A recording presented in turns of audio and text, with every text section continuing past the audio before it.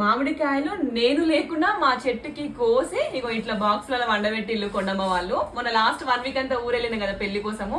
అయితే ఫుల్ గాడుపు ద్వారాలు వర్షం అంట హైదరాబాద్ లో. గాలికి అన్ని కాయలు కింద పడి రాలిపోతున్నాయి అని చెప్పేసి ఇంకా వాళ్ళే తెంపిల బాక్స్ లో పెట్టిల్లు. పెట్టిల్లు కానీ ఒక్క కాయ కూడా తీసుకోలేదు. కొన్ని కాయలు అయితే ఇట్లా పండు అన్ని ఖరాబ్ అయిపోతున్నాయి. వచ్చుడుతోనే చూసిన తినొచ్చు కదా కొండమ్మ ఇవన్నీ ఎవరు తింటారు అంటే అద్దు మేడం నువ్వు వచ్చినాక ఓపెన్ చేయాలని చెప్పేసి చెప్పి ఇప్పుడు పలకరించి పోతుంది. ఇన్ని కాయలు వచ్చినాయండి మన చెట్టుకి. లాస్ట్ ఇయర్ కూడా చూపించాను కదా మీకు. ఈ 2 బాక్సులు నిన్నాయి, ఇంకొన్ని కాయలు ఉన్నాయి ఇంకా చెట్టుకి కూడా. కొన్ని పండినాయి. ఇప్పుడే మంచిగా స్నానం చేసి దేవుడి దగ్గర పూజకు పెట్టిన తర్వాత మేము కూడా తినేస్తాము. మన చెట్టు కాయలు తింటే ఆ ఫీలే వేరు కదా అసలు. ఇవన్నీ కూడా స్వీట్ కాయలే.